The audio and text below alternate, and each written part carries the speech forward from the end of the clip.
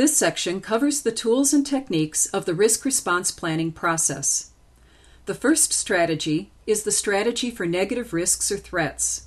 Then we have the strategies for positive risks or opportunities, strategies for both threats and opportunities, and the contingent response strategy. We have three strategies for negative risks or threats: avoid, transfer, or mitigate.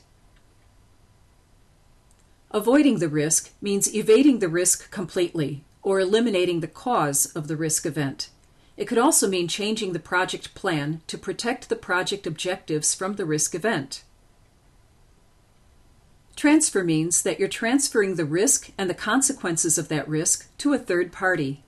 This could include insurance, contracting, warranties, guarantees, or performance bonds.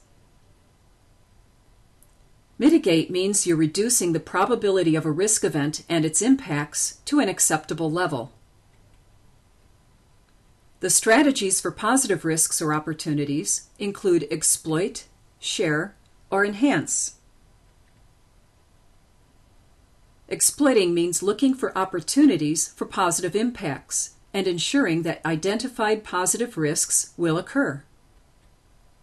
To share means assigning the risk to a third-party owner who is best able to bring about the opportunity the risk event presents. To enhance is watching the probability or impact of the risk event to ensure the organization realizes the benefits. It's emphasizing the risk triggers and identifying the root causes of the risk to help enhance impacts or probability. The strategy for both threats and opportunities includes acceptance strategy, which can be both passive or active, or contingency planning.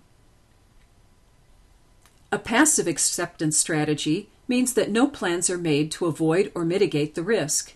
It may be useful when the risk and its impact can be tolerated, and it may be necessary if no strategy can be created to handle the risk and its impacts. An active acceptance strategy means developing contingency reserves should the risk occur. A contingency response strategy involves planning alternatives to deal with the risks should they occur. It differs from mitigation planning in that mitigation planning looks to reduce the probability, while contingency planning simply has a plan in place if the risk occurs. Contingency reserves include project funds that are held in reserve and may also include reserving time and resources to account for risks. In the next section, we'll cover the outputs for risk response planning.